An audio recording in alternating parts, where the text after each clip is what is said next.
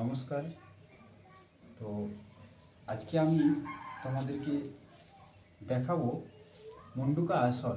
মুন্ডুকা আসন কিভাবে করতে হয়, একবারে সঠিক পদ্ধতিতে সঠিক নিয়মে কখন করবে, কিভাবে করবে, এবং মুন্ডুকা আসনের কি কি উপকারিতা, মুন্ডুকা আসন করলে আমাদের শরীরে কি কি উপকার হয়। তো চলো আমি শুরু করি। আর অবশ্যই বলবো আমাদের এই চ্যানেলটি তোমরা প্রতিনিয়ত ফলো করবে, তাই চ্যানেলটিকে সাবস্ক্রাইব করে পাশের বেল আইকনটি অল করে রাখবে। আর আমাদের এই চ্যানেলের প্রতিনিয়ত যোগা, আসন, প্রাণায়াম যেরকম তোমাদের লাগে অবশ্যই কমেন্ট করে জানাবে।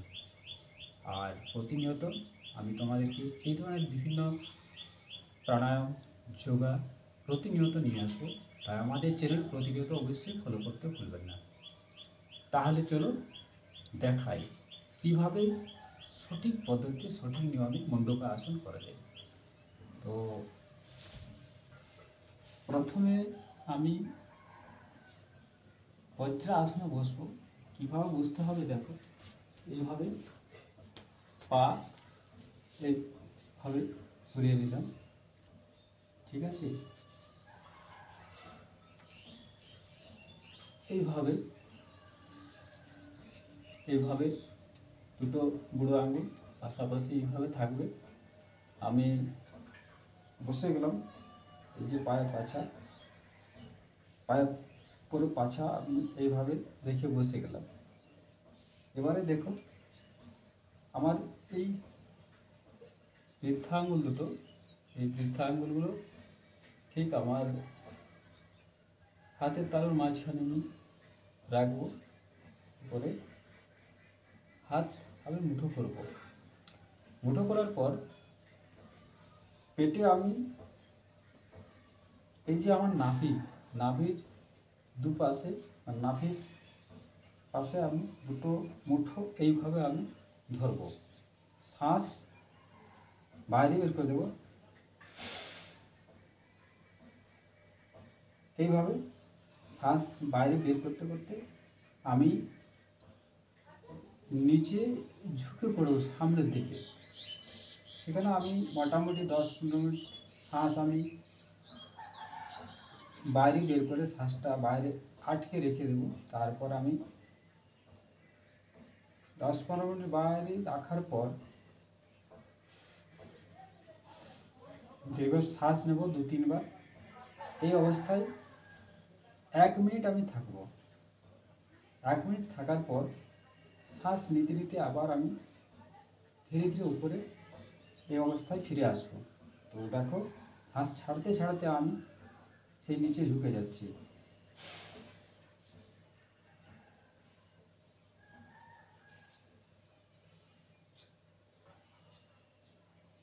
পেটে নাভি বলে চাপ থাকবে এইভাবে।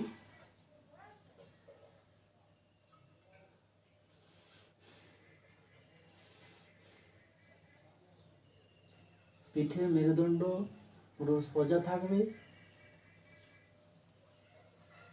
এইভাবে। বেশ 1 মিনিট থাকার পর আমি কম সময়ের মধ্যে দেখাচ্ছি। 1 মিনিট থাকার পর আবার শ্বাস নিতে নিতে আমি উপরে চলে এলাম। তো প্রথমে হচ্ছে যে বৃদ্ধাঙ্গুল এইভাবে মুঠো করে আমি নাভির এই দুপাশে আমি চেপে ধরলাম।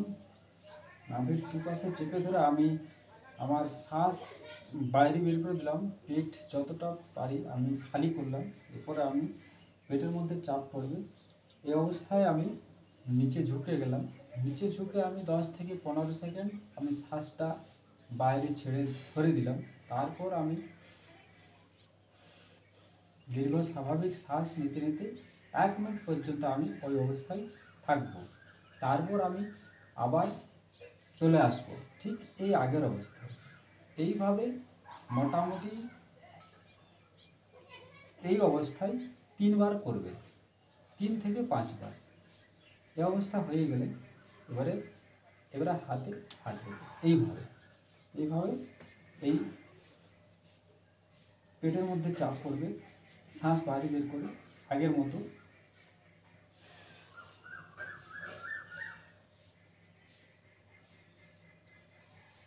बहुत 15 মিনিট 10-15 সেকেন্ড আমি শ্বাসটা বাইরে ধরে দিলাম, আবার আমি শ্বাস নিতে থাকবো।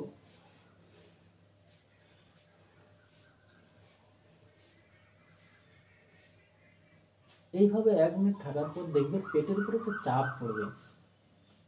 এইভাবে 1 মিনিট থাকার পর পুরো মেরুদণ্ড সোজা থাকবে। এইভাবে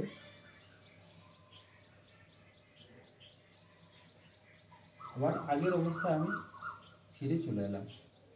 ঠিক আছে, এইভাবে 4-5 বার করার পর আবার আমি 4-5 বার করার পর মুঠো করে 4-5 বার করলাম। এইভাবে 4-5 বার করলাম। শেষের সময় আমি পেটকে ম্যাসাজ করব। এইভাবে আমি যখন নিচে ঝুঁকে থাকবো তখন আমি পেটকে ম্যাসাজ করব। এইভাবে দেখো কীভাবে করব।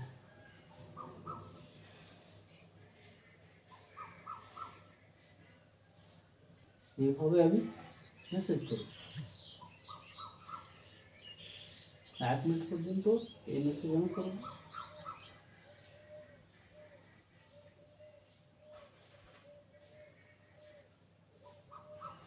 আবার উঠে গেল। ব্যাস, একেবারে সহজ সরল পদ্ধতি। প্রথমে আমি মুঠো করে পেটের নাভির মধ্যে দুটো মুঠো ধরে ফেললাম।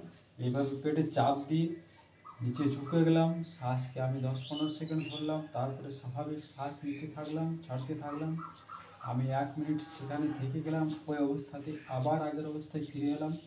এইভাবে 4-5 বার করার পর হাতের তালু হাতের উপরে রেখে 4-5 বার করলাম, পেটে ম্যাসেজ করলাম। খুব সহজ, একেবারে সহজ। এই অবস্থায় বসতে হবে। পায়ের হাঁটু এইভাবে থাকবে, জোড়া থাকবে। পায়ের গোড়ালি এইভাবে থাকবে। পায়ের গোড়ালির উপর আমার এই যে পাছা আমি বসে আছি স্ট্রেট থাকবে, আমরা যেরকম বজ্রাসনে বসি। ব্যাস। তো এই আসনটি এবারে বলবো, এই আসনটি কখন করবে।